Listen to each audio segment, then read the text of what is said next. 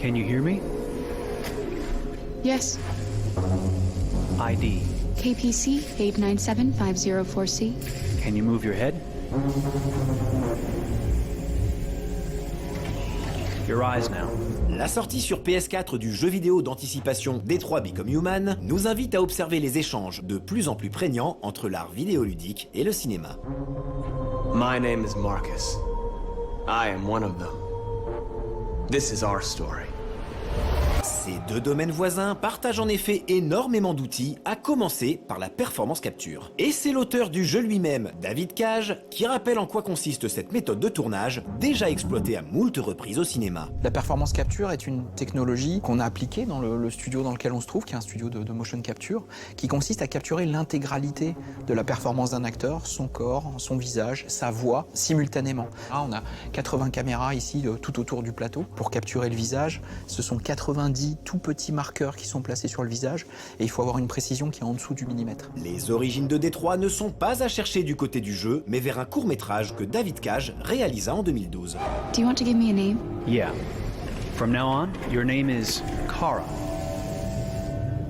My name is Kara. En fait, ça devait juste servir à démontrer que cette technologie de performance capture allait nous permettre d'obtenir le niveau de qualité qu'on visait pour notre prochain jeu. Et en fait, ça a été téléchargé des dizaines de millions de fois sur Internet et surtout, ça a vraiment touché énormément de gens, au-delà des gamers, au-delà des joueurs traditionnels. Initialization and memorization checked. Now, can you move your arms? Moi, ce personnage me hantait un petit peu de Kara et je me demandais à la fin du court-métrage, elle quitte l'usine et je me demandais qu'est-ce qui allait lui arriver après, où est-ce qu'elle se trouvait, à quoi ressemble le monde là-dehors. C'est comme ça que le projet Détroit a réellement commencé. Comme au cinéma, Détroit a débuté avec l'écriture d'un scénario d'une taille sans commune mesure avec la grosse centaine de pages d'un script de long métrage. Detroit. This is where it all began.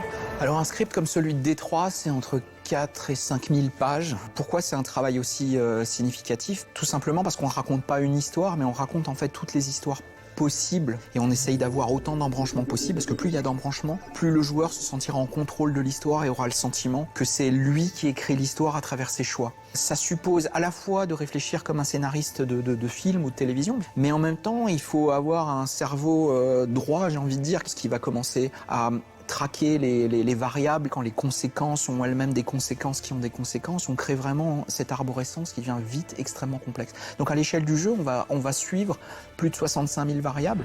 Now it's my turn to decide. Détroit fait également appel à des acteurs bien connus des amateurs de cinéma de genre. Mais là encore, le travail sur l'apparence des comédiens est, si ce n'est différent, au moins plus radical que dans le cinéma traditionnel. Quand on caste un acteur, on le caste vraiment comme si c'était un rôle cinéma, puisque nous, on va scanner son apparence. Quand on scanne un acteur, eh bien on fait tout simplement une espèce de premier moulage 3D de l'acteur, et puis après c'est remodélisé par des artistes qui vont redesigner, repenser, essayer d'enrichir le personnage. Connor, on le voulait un peu impassible, donc on a un petit peu gommé certaines de ses pommettes. Il y a certains personnages où on a creusé un peu plus les traits, on vient styliser en fait l'acteur.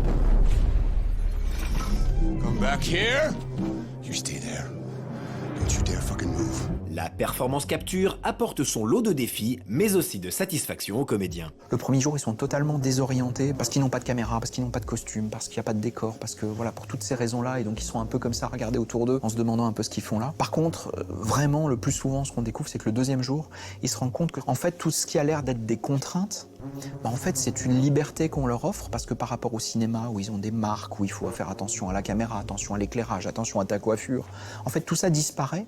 Et en fait, ce qui reste sur un plateau de motion capture, c'est la performance, c'est le texte. You shouldn't mess around with my stuff. It makes me nervous. I'm sorry, Todd. Mais le dialogue le plus intéressant entre le cinéma et le jeu vidéo reste le travail avec la caméra. Il y a un aspect qui est assez intéressant, c'est les contraintes qu'on s'est données, puisque en fait, on vient d'un média où comme toutes ces caméras n'ont pas d'existence physique, on peut faire absolument tout ce qu'on veut. On utilisait n'importe quelle focale avec n'importe quelle profondeur de champ. Enfin, tous ces éléments qui normalement sont corrélés, chez nous étaient totalement décorrélés. On a vraiment beaucoup travaillé à essayer de recréer une logique optique, comme si nos caméras étaient réelles et répondaient à des vraies contraintes physiques. Et bizarrement, toutes ces contraintes nous ont amené à quelque chose qui était beaucoup plus réel, d'une certaine manière, beaucoup plus familier à l'œil, et on a retrouvé beaucoup plus facilement une certaine grammaire du cinéma. Please, you gotta see my little girl. Wait. You're setting an android? Je crois aussi que le rôle de la caméra dans le jeu vidéo a souvent eu un rôle fonctionnel qui permet de voir. Mais une caméra, c'est aussi un outil de narration, c'est aussi quelque chose qui porte de l'émotion.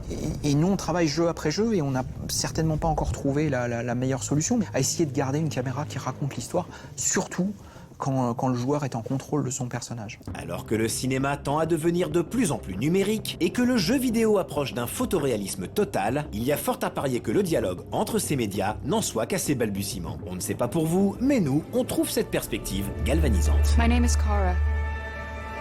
I am one of them. This is our story.